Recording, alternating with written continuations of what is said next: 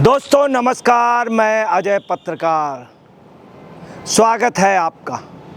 7 जून 1974 को पलवल हरियाणा में जन्मे सुधीर चौधरी, जिनको रामनाथ गोयनका अवार्ड मिल चुका है, वो जल्द कायाकल्प करेंगे डीडी न्यूज़ का और दिल्ली न्यूज़ के डीडी न्यूज़ के दिन बहुरेंगे।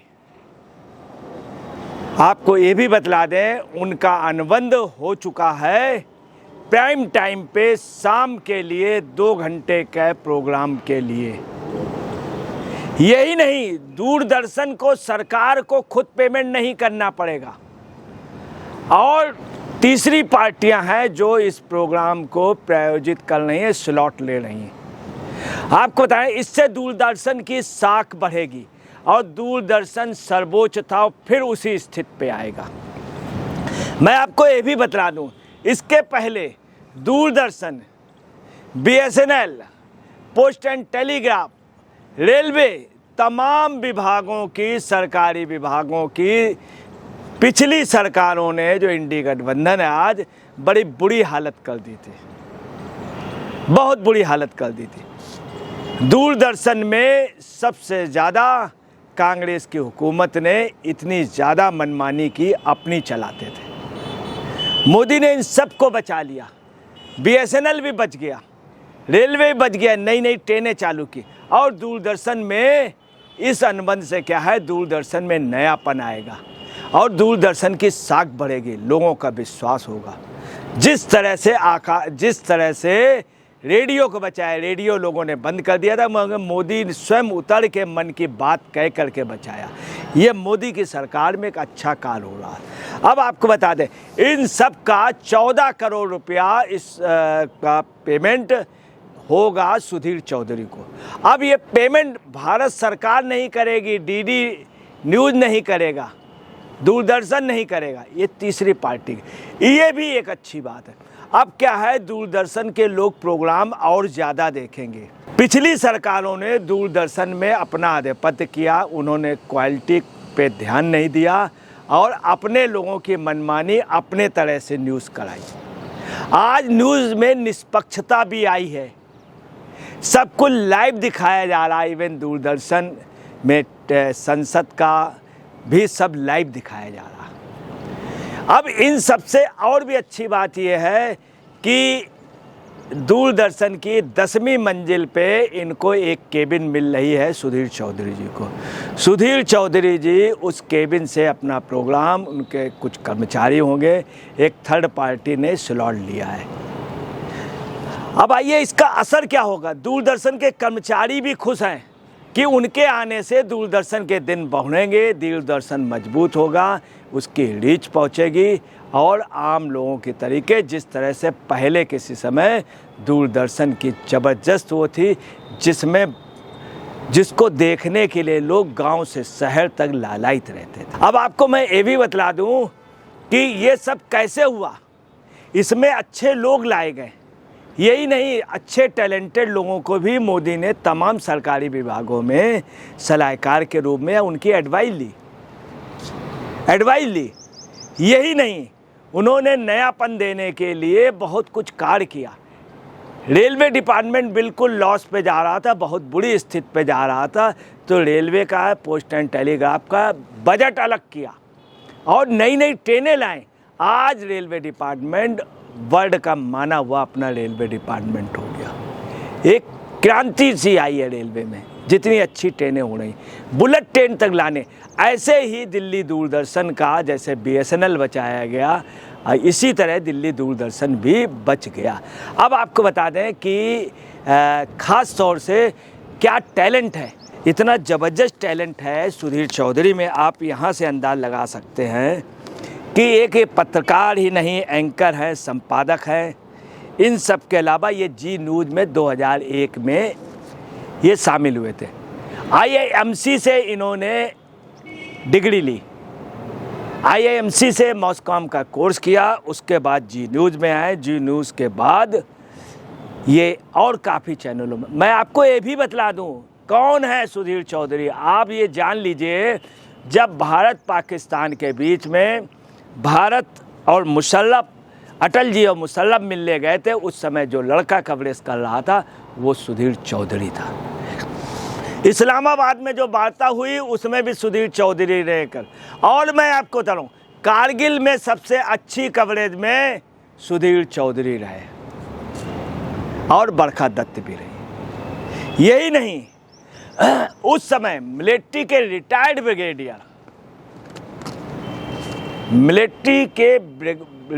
ब्रिगेडियर अरुण वाजपेयी, जो बहुत अच्छे पत्रकार साबित हुए, उन्होंने जाके कारगिल पे रिपोर्टिंग की थी। ब्रिगेडियर वाजपेयी ने डिफेंस में सबसे अच्छा लिखा। एक क्रांति आई कि डिफेंस के लोगों ने भी रिपोर्टिंग में साथ दिया, कंधे से कंधा लगाए। सुधीर चौधरी ने उस समय कारगिल में सेना के जवानों के साथ कंधे से कंधा लगाते हुए इतनी ज़बरदस्त फायरिंग होने, इतनी टफ पोजीशन में सुधीर चौधरी ऐसा बंदा था जो वहाँ पर था। यही नहीं, ये भी सच है कि बरखा दत्त भी वहाँ पर थी और ब्रिगेडियर वाजपेयी भी थे, जो बहुत अच्छे दुनिया के माने हुए आर्मी पे लिखने वाले राइटर हुए। आपको ये भी बतला दें कि इसके बाद उन्होंने 2003 में जी न्यूज़ छोड़ के सहारा पे ज्वाइन किया। सहारा में प्राइम टाइम टीवी लाइव जो प्राइम टाइम जो शो है, और सहारा समय शुरू करने वाले सुधीर चौधरी थे। सहारा समय आज भी देखा जाता है, बहुत हिट कार्यक्रम था सहारा समय का। इसके बाद वो समय लाइव में आए और समय लाइव में उन्होंने काफ़ी साल काम किया टीवी लाइव में। इन सब के साथ ही वो प्रधान संपादक रहे। 2012 में वापस जी न्यूज़ में आए।